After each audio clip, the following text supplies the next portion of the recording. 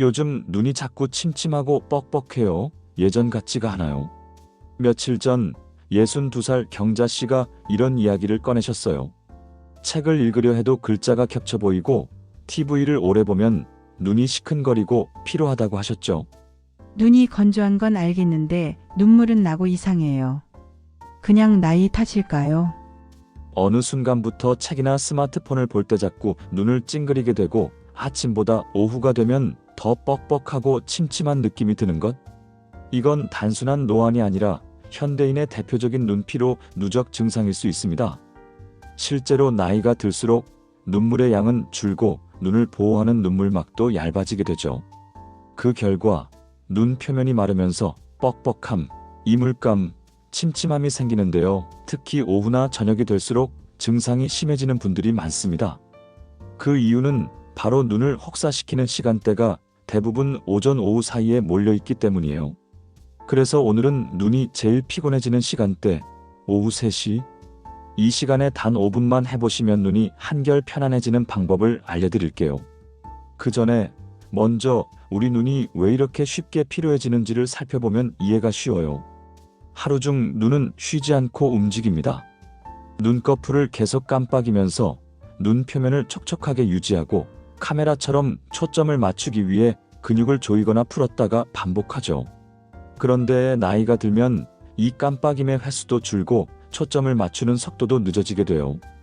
게다가 TV나 휴대폰, 독서 같은 한지점 응시가 많아지면 눈을 깜빡일 기회가 줄어들면서 더 쉽게 피로해지고 마르는 겁니다. 그럼 계속 눈을 깜빡여야 하나요? 그것도 방법이지만 오늘 알려드릴 핵심은 바로 오후 3시 따뜻한 찜질이에요. 놀랍게도 하루 중 눈이 가장 피곤한 시간이 오후 2시에서 4시 사이인데요. 이때 5분만 눈에 따뜻한 수건을 올려주는 것만으로도 눈의 피로가 풀리고 눈물막이 회복됩니다. 왜냐고요? 첫째, 따뜻한 온도는 눈꺼풀 안쪽에 있는 마이봄샘이라는 기름샘을 자극해 눈물막을 더 튼튼하게 만들어주거든요. 눈물의 가장 바깥층은 기름으로 덮여 있어서 기름이 부족하면 눈물이 쉽게 증발해서 뻑뻑해지는 거예요. 둘째, 찜질은 혈류 개선에도 도움을 줍니다.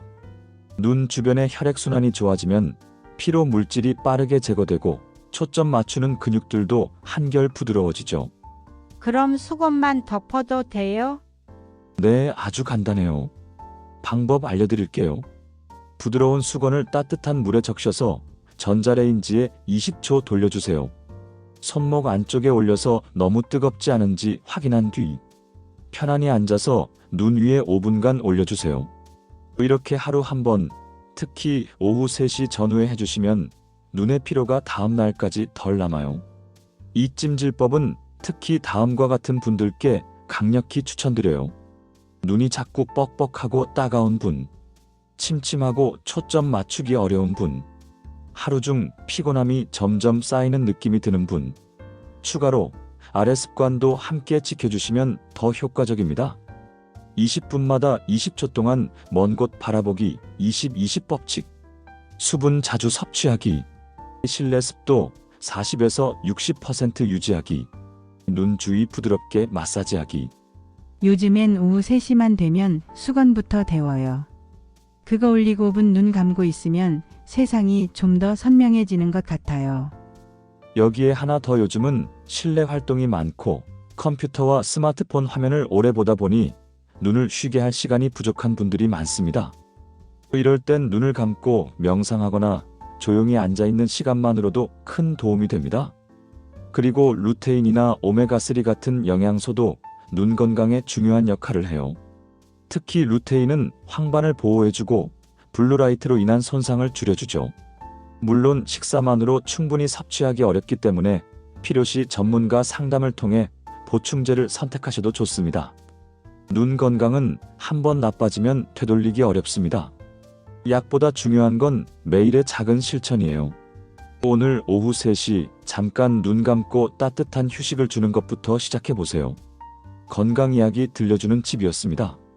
눈이 맑아지는 하루 되시길 바랍니다. 감사합니다.